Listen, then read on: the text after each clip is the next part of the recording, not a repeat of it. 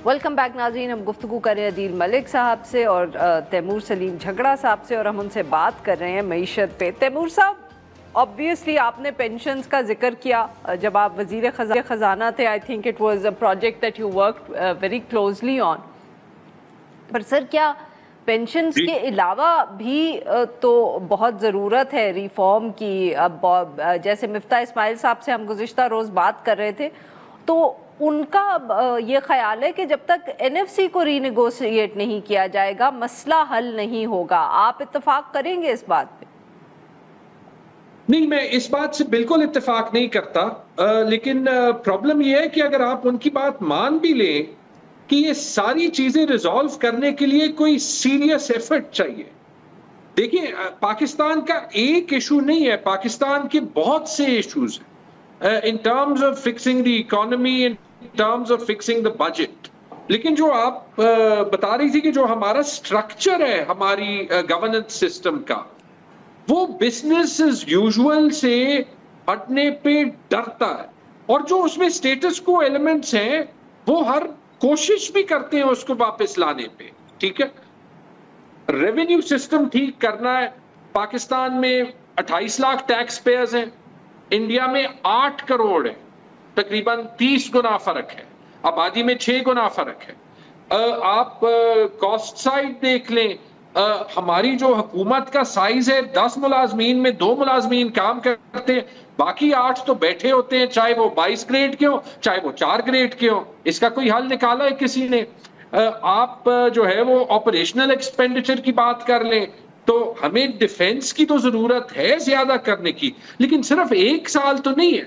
अगर हमने इंडिया के साथ कोई किस्म डिफेंस पैरिटी रखनी है तो हमें इकोनॉमी में 6-7% ग्रोथ कंटिन्यूअसली चाहिए कि हमारी इकोनॉमी भी इंडिया के साथ इन सिंक ग्रोथ हो। एक्सपोर्ट्स पे कोई काम, जो है वो इकोनॉमिक कंपेटिटिवनेस पे कोई काम, इन्वेस्टमेंट पे कोई काम। SIFC बना ली माशाल्लाह, इन्वेस्टमेंट जो है पाकिस्तान में 1.8 अरब डॉलर से सालाना 1.6 अरब डॉलर पे कम हो गई। तो अगर इसका हल ये है कि इलेक्शन के रिजल्ट बदलने की तरह आप बजट बुक में फिगर्स बदल दें, तो आप अपने आप को तो खुश कर सकते हैं, लेकिन आप हकीकत नहीं बदल सकते। बाकी to end with pensions on the same thing, मुझे उसका कौन सा फायदा मिला? हमारा इतना ब्लो बैक होता है। यू हैव यहाँ पे to do the right thing, you have to do the right thing. Arifa, आपने देखा है मेरे पे तो अपनी पार्टी में एलिमेंट्स ने इल्जाम लगा दिया कि वो जो पेंशन रिफॉर्म में हमने पेंशन फंड के पैसे पेंशन पे दिए थे, वो उन्होंने इल्जाम लगा दिया था कि वो 40 अरब रुपए इसने पेंशन फंड से निकाले, यानी कि इम्प्लीकेशन ये थी कि कहीं 40 अरब रुपए मैंने जेब में डाले। तो अब आप यही देख लें कि यहाँ पे पागल लोग ही रिफॉर्म कर सकते हैं और सच बोल सकते हैं, but that is what it will actually take to change the economy. मेरा पॉइंट ये है कि जब मैं 50% टैक्स दे सकता हूं, आप माशाल्लाह 50% टैक्स दे सकती है, आई होप आप देती भी हैं, तो फिर जो एक ग्रेड 22 का ऑफिसर है जो हमारा बजट बनाता है, वो खुद से क्यों नहीं शुरू करता? वो ये क्यों नहीं बताता कि अगर मैं एक नया प्रोग्राम शुरू करूंगा कि पेंशनर्स के पेंशन से टैक्स कटेगा, जो इन्होंने शुरू कर दिया है, कि वो अपनी पेंशन के लिए भी कंट्रीब्यूशन करेगा। Why aren't they taking that forward? वो हुकूमत का साइज क्यों नहीं कम करते?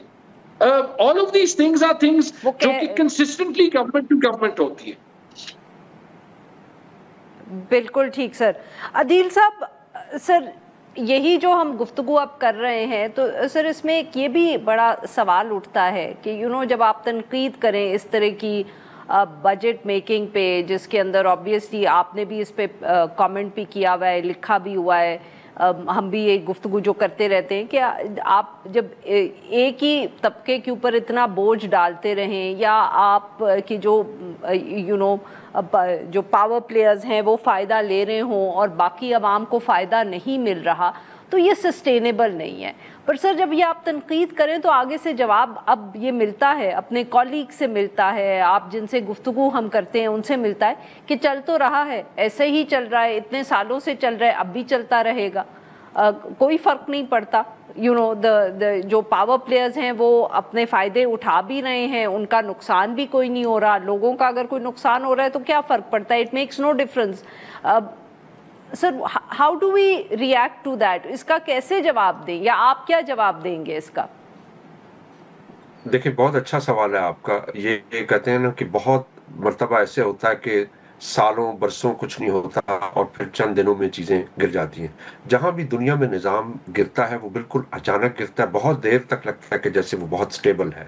اب عرب سپرنگ ہوئی, ایجپٹ میں کہا گیا کہ بھئی یہاں پہ کوئی تبدیلی نہیں آئے گی, لیکن وہاں بھی رجیم چینج ہوئی, خیر دوبارہ وہ رجیم آ گئی. تو بنیادی طور پہ جو بات ہے وہ یہ ہے کہ ہم تقریباً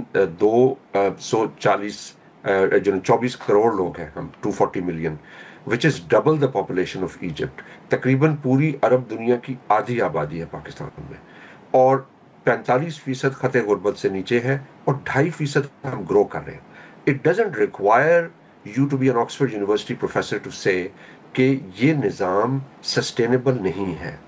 اب ہوگا یہ کہ اس نظام کو آپ چلا سکتے ہیں, لیکن the cost of maintaining that system will increase. یعنی جو قیمت چکانی پڑے گی آپ کو, آپ دیکھیں گے کہ زیادہ وائلنس ہوگا, زیادہ مائگریشن ہوگی, زیادہ گیٹڈ کمیونٹیز بنیں گی, سیکیورٹی پہ خرچہ زیادہ کرنا پڑے گا, آپ کو ریپریشن زیادہ یوز کرنے پڑے گا, لیجیٹیمیسی جو نظام کے اوپر اعتماد ہے وہ کم ہوگا.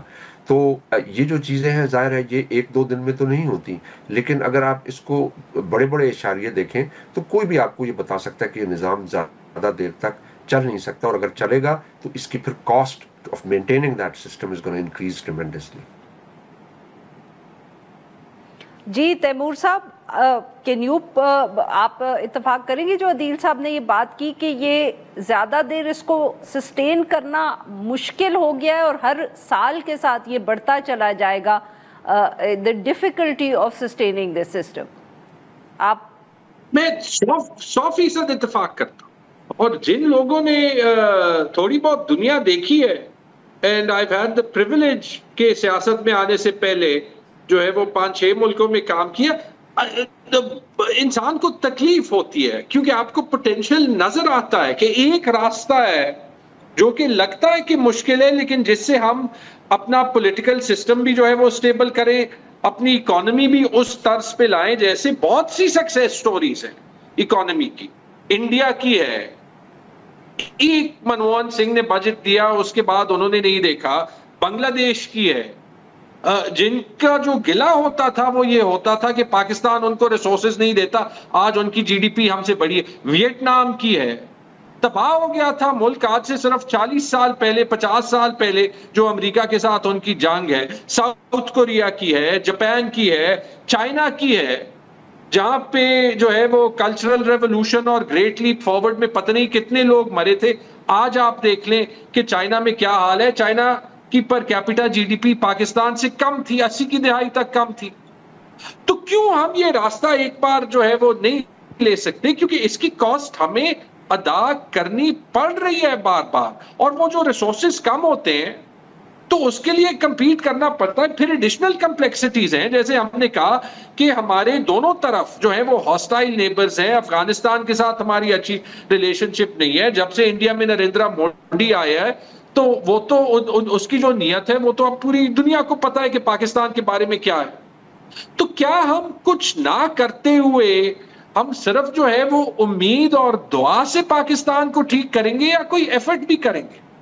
یہ بالکل ٹھیک جو ہے وہ عدیل صاحب نے کہا, we need to do something different. لیکن اگر آپ اس بجٹ کا خلاصہ کر لیں تو مجھے یاد ہے کہ مارگریٹ تھیچر کو ان کے ایک منسٹر نے کہا تھا کہ جہاں پہ اکانومی خراب کر رہی ہو تو آپ ایسے کریں کہ آپ کریں, ایک کانسیپٹ ہے مینج ڈکلائن, کہ گرنا تو ویسے ہی ہے, کوشش کریں کہ گرنے کی رفتار کم کریں.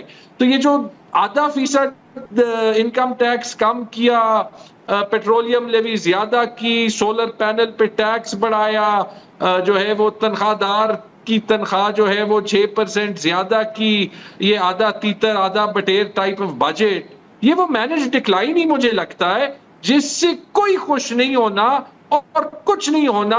اور یاد رکھیں کہ یہاں پہنچنے کے لیے ہم نے اپنا الیکٹرل سسٹم تباہ کیا, جوڈیشل سسٹم تباہ کیا, فریڈم آف سپیچ تباہ کی, ہم نے اپنی سول لبرٹیز تباہ کی. تو پھر یہ سارا کچھ کرنے کا مقصد ان کے مطابق کیا ہوا جب انہوں نے اکانومی بھی نہیں ٹھیک کرنی؟